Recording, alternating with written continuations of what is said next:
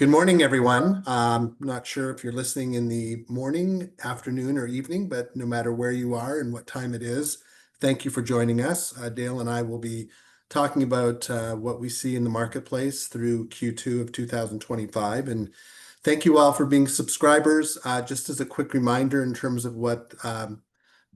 who the data contributors are. If you go to the next slide, Dale, we want to thank all the contributing wholesalers for providing the data that's then aggregated together.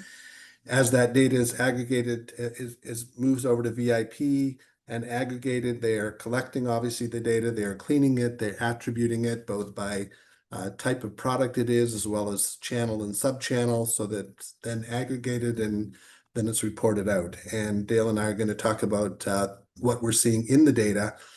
Before we get into some actual numbers, I think we're all feeling a little challenged by the marketplace, and Dale is going to just give us a quick summary of some of those challenges. Thank you, Danny, and hello to everybody. Slide that we showed last time, and really looking at the issues that are out there and the things that are driving the changes, and looking at it as opposed to going through each of these independently, just looking at really what is the difference between the last time we chatted with the first quarter data. And from an economic standpoint, I would say there's not a whole lot of change now. It's some of the things obviously are still impacting us. Cumulative inflation is definitely something that's there. The tariff situation is fluid. It is a little more settled right now, but that seems to change on a very, very regular basis. The consumer, we're not going to see a lot of changes there, right? Most of that is pretty long term. The generational changes, the lifestyle, even though we've seen here just yesterday, the news come out from Gallup on the low percentage of people who are participating in the beverage alcohol category.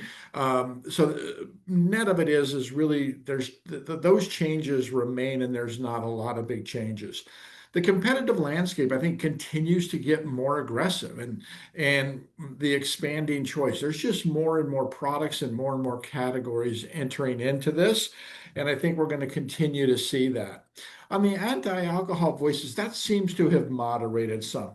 It is still certainly an issue that I think our category is facing. However, I don't think it's really been ramping up. We've seen a bit of a pullback on a lot of the rhetoric that is out there. It's not going to go away, but I do think it's not as robust as it was at the end of Q1. Net of this is still challenging for the consumer out there, a lot of economic pressures for a lot of people, and then we're going to continue to see some headwinds in this area. With that, Danny, why don't we actually jump into some of those numbers? Yeah, we'll look at a couple of those things. Dale, you talked about the economic challenges, and a lot of that is rooted in inflation that cumulatively, if you go back a few years, just adds up to being a lot more expensive when somebody goes into a store to buy things.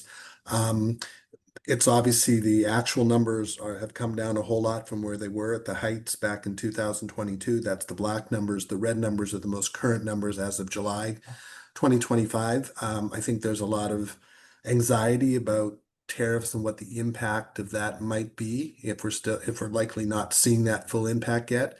The impact both to basic necessities in terms of groceries and other sorts of things like that. And then if that starts to spike up, then that has an impact on things down the line, like people purchasing alcohol. So we'll wait to see what that is. Obviously, you can see the numbers right now, especially beer, wines, and spirits. There's actually very little current inflation. That doesn't mean that you're facing, if you're a supplier or distributor, facing cost increases, but by the time it gets to the consumer, there's a lot of reasons why, part of it being a competitive marketplace, oversupply, et cetera, that are also depressing the ability to take price. The other thing, and I'll come back to this in another minute, but if you look at food prices or alcohol prices at home versus away from home, there continues to be a pretty big spread in terms of the away from home. Think of that as restaurants, bars, et cetera, where prices are just a lot more than they were, and more inflation that we see in grocery stores or liquor stores. So all of that is certainly having an impact on consumers. They're watching their spending very carefully, much more so now. They're much more intentional about when they spend money, where they shop, what products they're buying, etc. And I think this, from our friends at NIQ Nielsen, is a pretty good representation of that. They've been tracking through surveys that they've been doing. They've been tracking how consumers people are feeling about things, and then they've segmented them in these different buckets. The left-hand side, think of the ones that are more impacted. On the right-hand side tend to be higher income, et cetera, that are not impacted as much. And if you look at the numbers in particular for strugglers and cautious, the January 2022 versus 2025, you can see how those numbers are a lot higher now than they were 3 years ago. So consumers are definitely feeling concerned, a little anxiety, et cetera, et cetera. On-premise is, as per that previous slide, certainly seeing the pressure there. We see it in the numbers. So if we're looking at SipSource numbers, wine versus spirits, what it was in 2023 versus the latest 12 months, you can see the decreases have deepened. And there's a lot of, I think there's some residual from COVID. People are more comfortable staying at home, working from home. But those inflation and operating costs are certainly having an impact on traffic and how often people go out to eat or drink, and when they're there, how much they might order. And then we're also seeing changes in the channel, sub-channel types. So for instance, and these are wine numbers, but there are almost 5,000 less casual dining and 4,000 less fine dining outlets than there was back in 2019. I certainly think that wine and fine dining sort of go together, and with that 3,800 is actually about 35% less fine dining outlets than there was. A lot more quick service restaurants, fast casual, that have some wine, but not the assortments that certainly casual dining and fine dining might have had. So we're seeing that. The other thing that we're watching almost every month, because the numbers come out every month, is this ratio, which are wholesaler inventory levels, which is the red line, compared to sales from wholesalers. And this is aggregating data from beer, wine, and spirits wholesalers. They don't break it out separately. But we think that just because of the turnover of products and some other factors, that a lot of that gap widening is likely coming from wines and spirits wholesalers, maybe more so than from the beer side.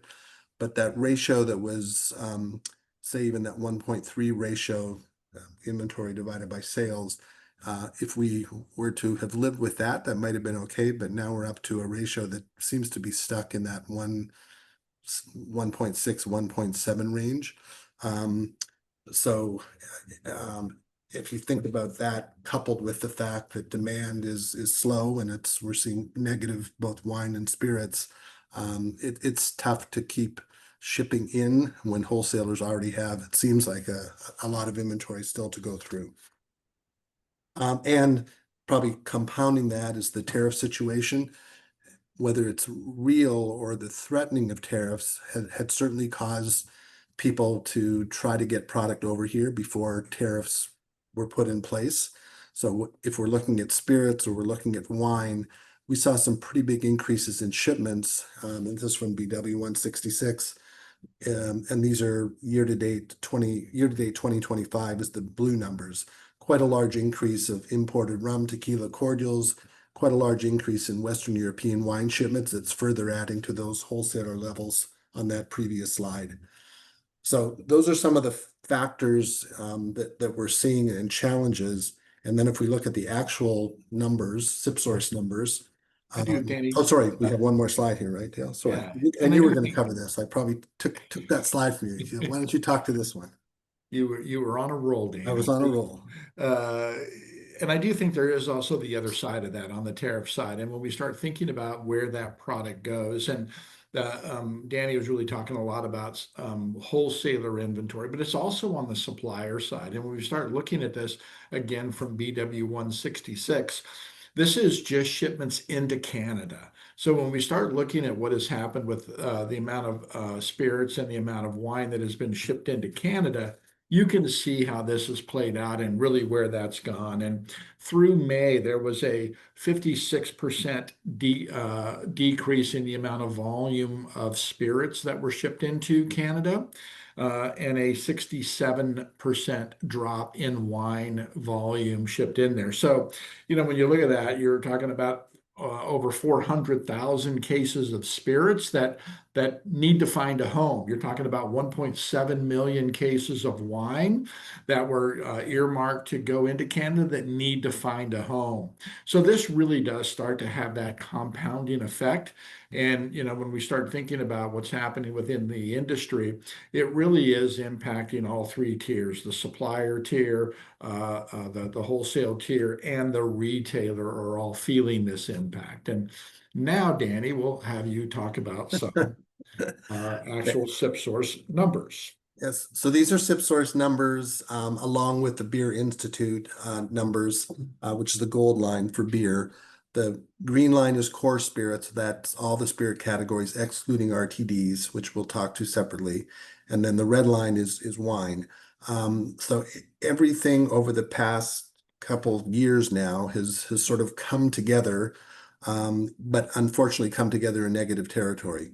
You can see that beer and spirits are kind of more similar. They're in the -3 to -4% range for 12 months through June of 2025. Wine's a little bit deeper in the red, around -7-ish in that range.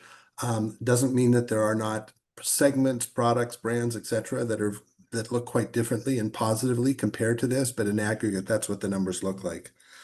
And if we go to the next slide, just to see how it's sort of over the past year or so, how it's played out, spirits and wine combined. So we put the two together here, volume on the left-hand side, revenue on the right-hand side.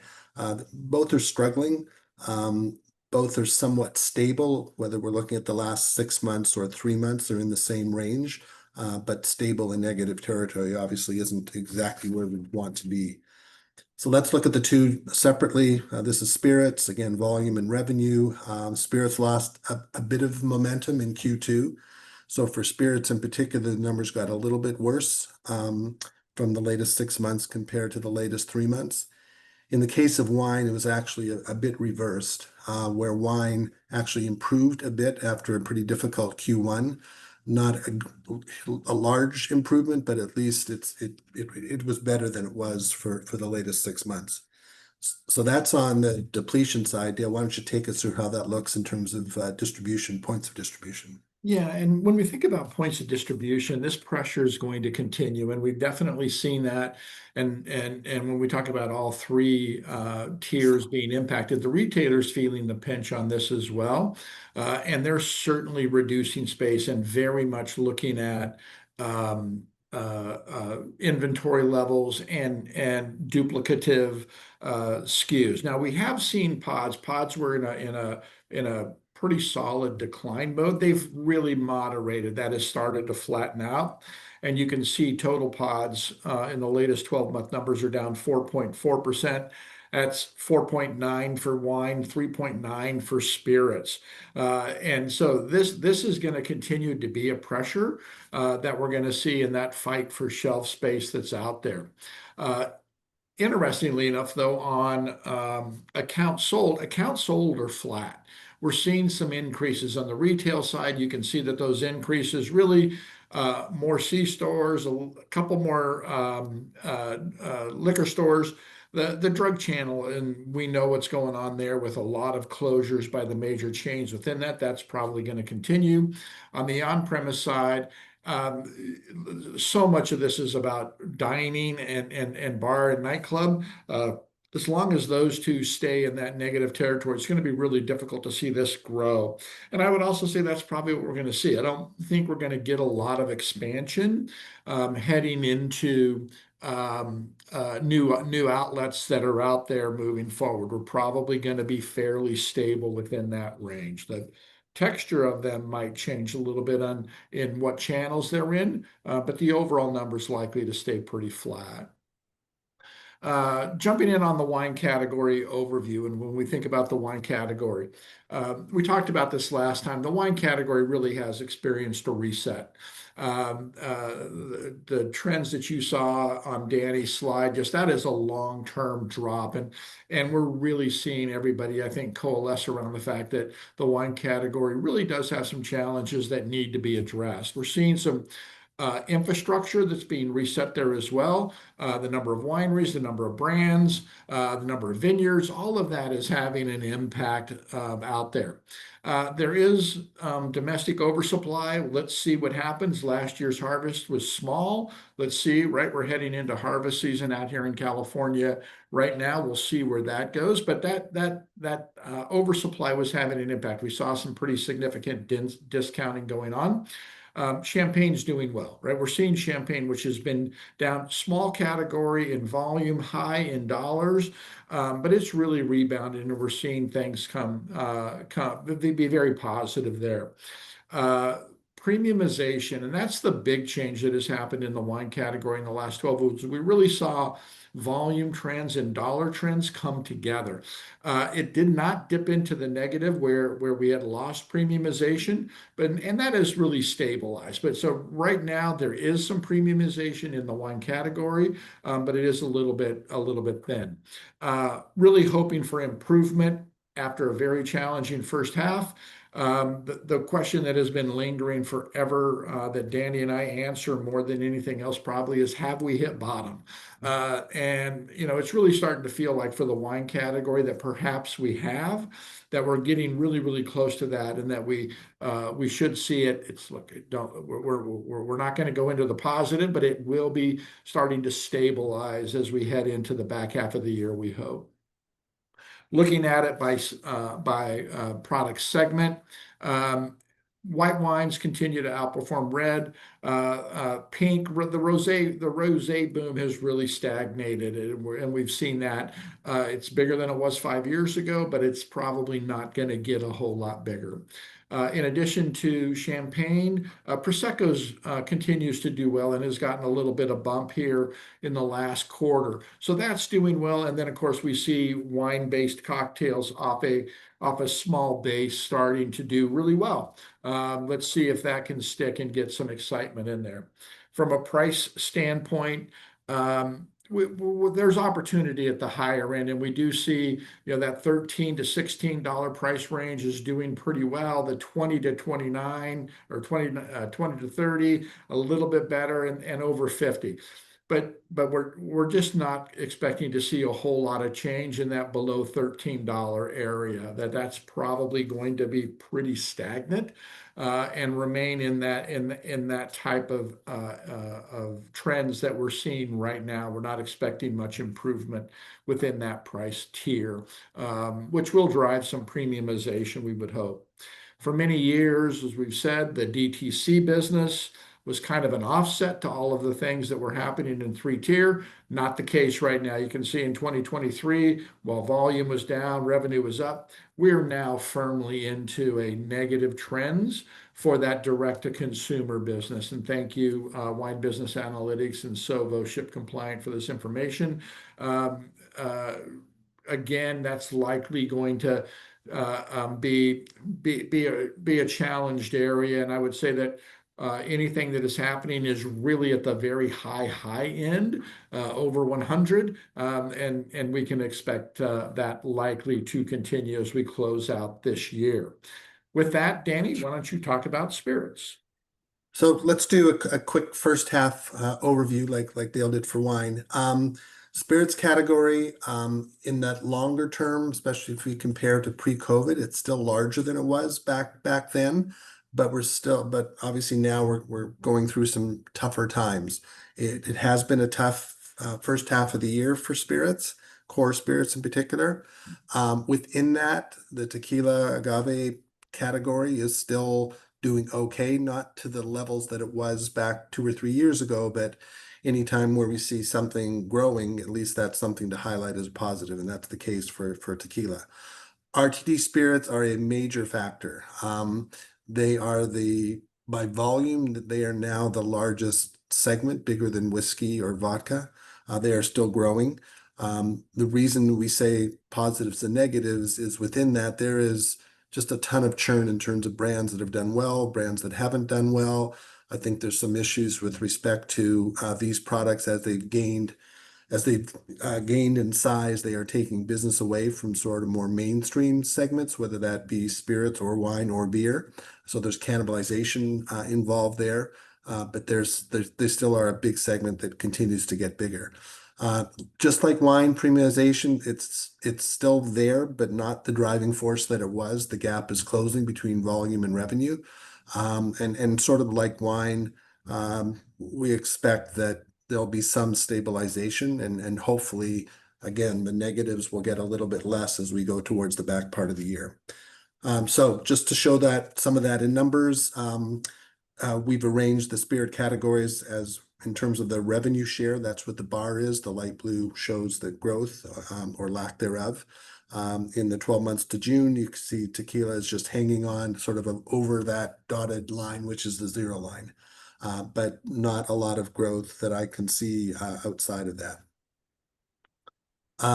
If we look at different price tiers, again, there's been some compression. The best places right now are sort of in the middle. If we want to say the middle is between 30 to 50 or 50 to 100, that's getting more into the ultra premium space, but not the luxury side. The luxury side, $100 plus, is down 7.5%. Tequila, for instance, luxury tequilas, they are not growing like they were 2 or 3 years ago. And again, the economics are likely playing into that as consumers feel some of that pinch on their budgets. So I wanted to just spend a couple minutes on RTDs.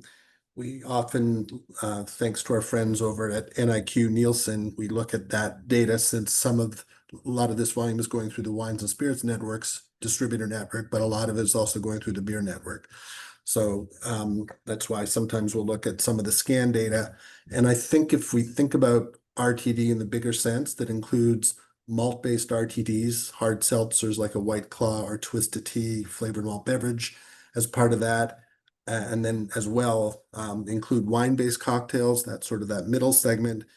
But the one that's really driving growth is that light blue at the top, which is the spirit-based RTDs. A lot of them are in cans, 355 ml cans, but there's also larger sizes and different pack sizes and configurations. If you add it all together, that segment is now 13.5 billion. That was about 11 billion back in 2021. But within that RTD spirit cocktails have gone from 1 billion to 2.7 billion. So that has been the driving force. And there's a lot of interest of brands coming into that segment.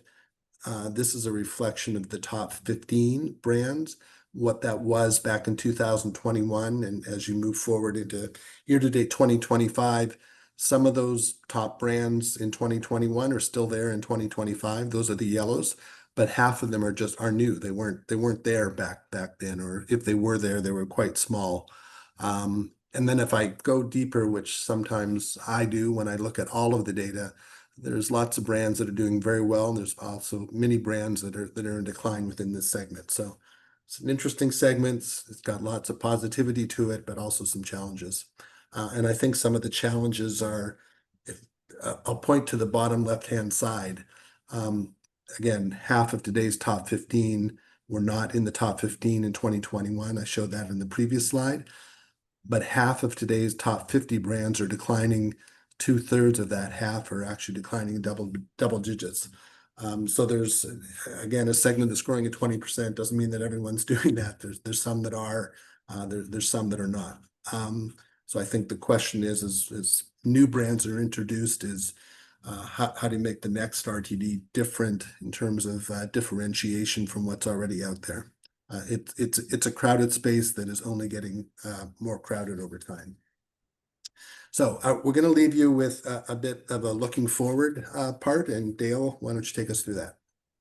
Yeah, and just looking at our SipSource Kearney forecasting model, as a reminder, we've been working on this. This model has proven to be very accurate, especially at a macro level. We'll talk a little bit about the macro level. we are doing this for, I believe there's 8 spirit product classes that are currently available. And when we look at where we are in that, you can see that we're heading into uh, Q, as we head into the back half of this year, what it was showing is that we're going to see this slight decline, and we'll see that down from, 4.4 to down 4.5 to close out the year is what we're predicting for total spirits. However, as we go into 2026, we'll start to see improvement in that, and we will believe are looking forward to that. We hope we get better in the back half of this year and have a very big holiday. However, we can definitely look at it and say the model is telling us that we will start to see improvement in the first half of next year. We'll see what happens with wine. We don't do this for wine. So time will tell, but we do feel more positive as we head into 2026 that we are going to start to see the spirits category turn the corner and start to show some improvement. As we close out the final thoughts and really what we're looking at here, I think that as we said, 2025 we should see stabilization in the trends, not stabilizing where we want. They're going to remain negative, but we don't believe that we're going to see either wine nor spirits go into any sort of real further retreat. We have to remember that the consumer condition remains volatile, and it's always going to come down to the consumer. There's just a lot happening in the world. There's a lot happening economically. There's a lot happening in the social political world. It's going to be a challenge in the consumer. A lot of consumers are really continuing to feel challenged, and that will have an impact. With that, Danny, why don't you talk a little bit about what some industry people are doing to react to those market conditions? Yeah, I think we're at the point where there's acceptance on the part of the industry about some of the challenges, and therefore, in reaction to that, I mean, everyone's doing different things to be as thoughtful about it as they can. That includes costs. I mean, some things we can't control, but there's more of an element of what we can control, which includes cost reductions. There are some that are looking to sell. We're also at the point where there's might be a lot of people wanting to sell, but the question is, if there's buyers out there, are they willing to pay what the seller is asking for the business? I've certainly seen more examples of collectives, either informal or formal, where companies are getting together. They might each have various areas of strength, and they're better together than operating separately, because they can leverage resources across a wider set of companies, including sharing of resources. But there certainly is pressure, as Dale pointed out. It's not just the supplier tier, it's wholesalers, it's retailers, it's everyone in the industry. The pressure on pods and shelf space will continue. We're right now into uh, spring resets as retailers are thinking about early next year, and there's just a lot of pressure on their allocation of space, whether it's a store where they're carrying products beyond alcohol or even within alcohol. They're looking at how they can satisfy consumer demand with a streamlined set of items. And in some states where it's legal, THC beverages are taking space, and again, that has to come from somewhere, and they'll look for ways. Retailers will look for ways on and off premise where they can make cuts and still satisfy consumer demand. And then the last thing, and I won't go through all of this, but there's just a lot of unknowns. Dale and I can talk about what we think going ahead, but we have no idea on some of these uh, tariffs, the impact of them, inflation. Will the Fed cut interest rates? Will that inventory line that every time I look at what might be reported like it's going to come down, inventory to sales, but it seems to be hanging in there at some pretty high levels. So there's a lot of things that we're just not sure of, and the best we can do as an industry is try to plan and try and be open to pivot as quickly as you might need to, in reaction to what will happen. So I think we've taken about 30 minutes of your time. We appreciate your time. Thanks for listening to us. If you have any questions, For Dale or I or Eric, who manages the SipSource product at WSWA, please feel free to get in touch with us. We're happy to go further into any of this and share our thoughts or just answer your questions. So on my part, thank you, Dale. Any last words? Thank you very much. We do appreciate your time, and let's have a great third quarter.